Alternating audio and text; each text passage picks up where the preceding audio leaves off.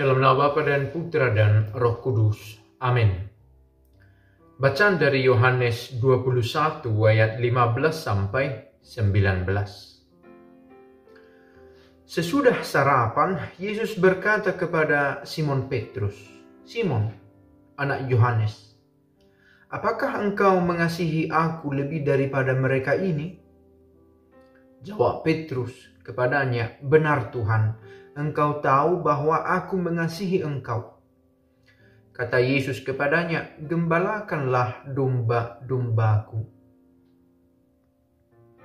Kata Yesus pula kepadanya untuk kedua kalinya, "Simon, anak Yohanes, apakah engkau mengasihi aku?" Jawab Petrus kepadanya, "Benar Tuhan, engkau tahu bahwa aku mengasihi engkau." Kata Yesus kepadanya, "Gembalakanlah domba-dombaku." Kata Yesus kepadanya untuk ketiga kalinya, "Simon, anak Yohanes, apakah engkau mengasihi aku?"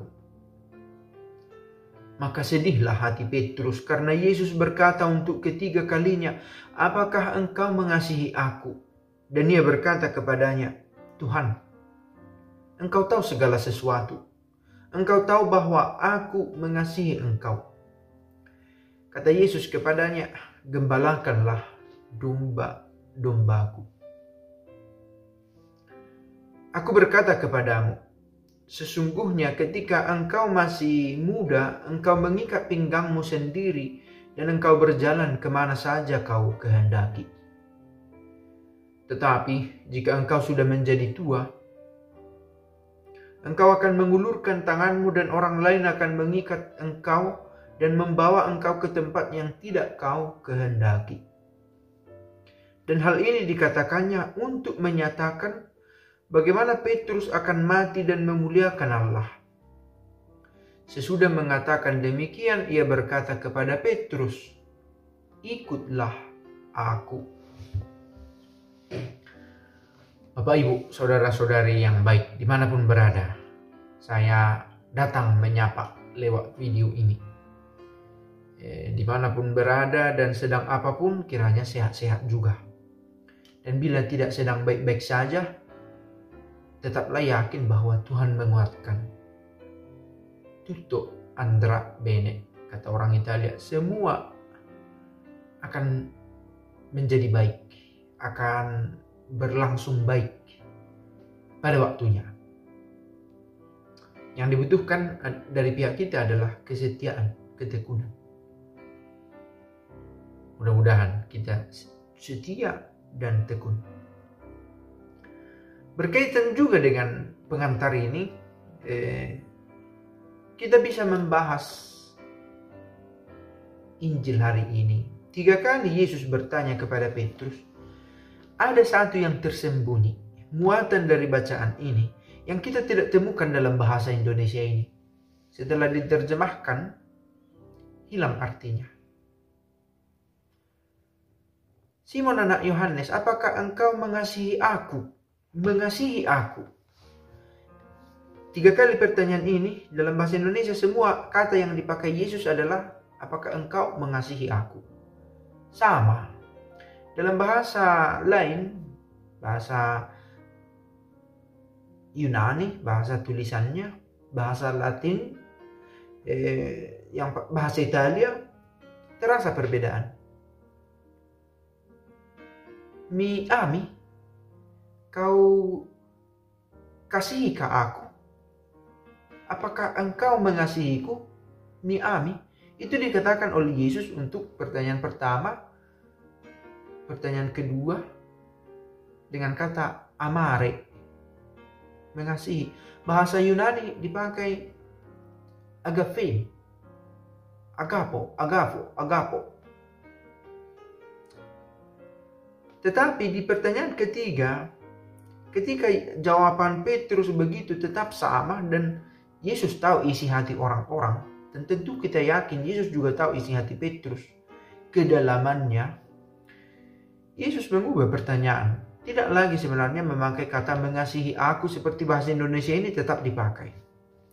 Dalam bahasa Italia dipakai mi vuoi bene? Kau inginkankah aku dengan baik? Volere bene itu kata lain untuk mengatakan mengasihi. Mi voglio bene. Aku menginginkan engkau dengan baik. Tapi amare itu level yang lebih tinggi lagi. Di bahasa Yunani juga tidak lagi dipakai kata agape, tetapi philein. Mau apa dengan perbedaan ini? Entah sudah 2 atau 3 kali, ini yang keempat saya pikir, saya setelah membuat banyak video, ini keempat kali membahas hal ini. Karena seringkali muncul bacaan ini, begitu ya, dalam beberapa kesempatan, baik itu di kalender liturgi biasa atau di event tertentu.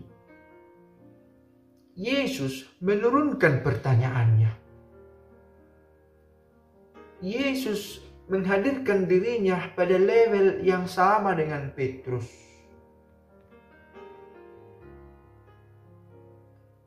Yesus tidak hanya sekedar menuntut orang untuk sampai kepadanya, tetapi ia sendiri mau turun menyambut, mendatangi.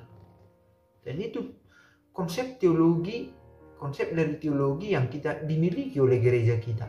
Allah kita itu bukan Allah yang menanti penghormatan di ujung sana melulu, tetapi ia datang, sabda menjadi daging dan tinggal di antara kita. Sangat dalam sebenarnya arti dari tinggal di antara kita. Ia tinggal, bukan hanya berkunjung, tetapi hidup di situ.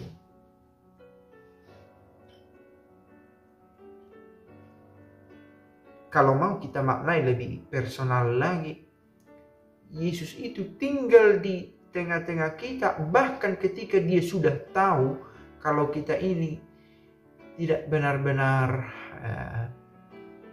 sanggup menunjukkan cinta yang sempurna.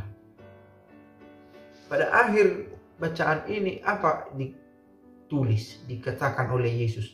Ikutlah aku. Sudah jelas-jelas Yesus tahu bahwa Petrus ini tidak sanggup berkata, aku mengasihi engkau dengan jawaban amare. Tidak sanggup. Jawaban Petrus 3 kali.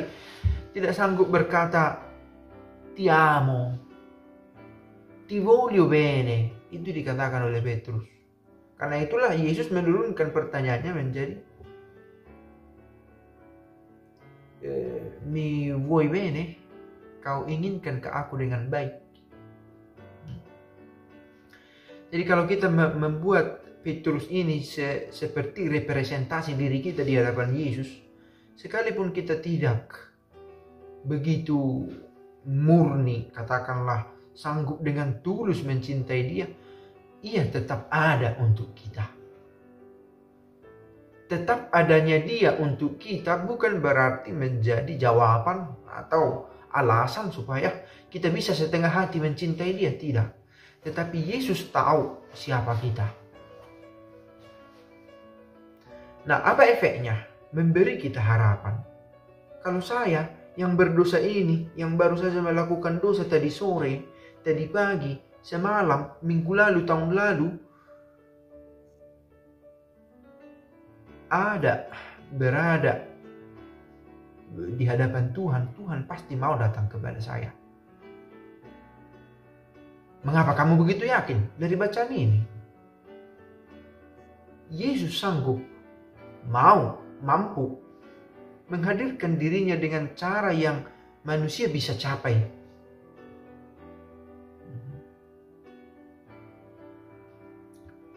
Tapi sekali lagi sayangkali makna ini hilang.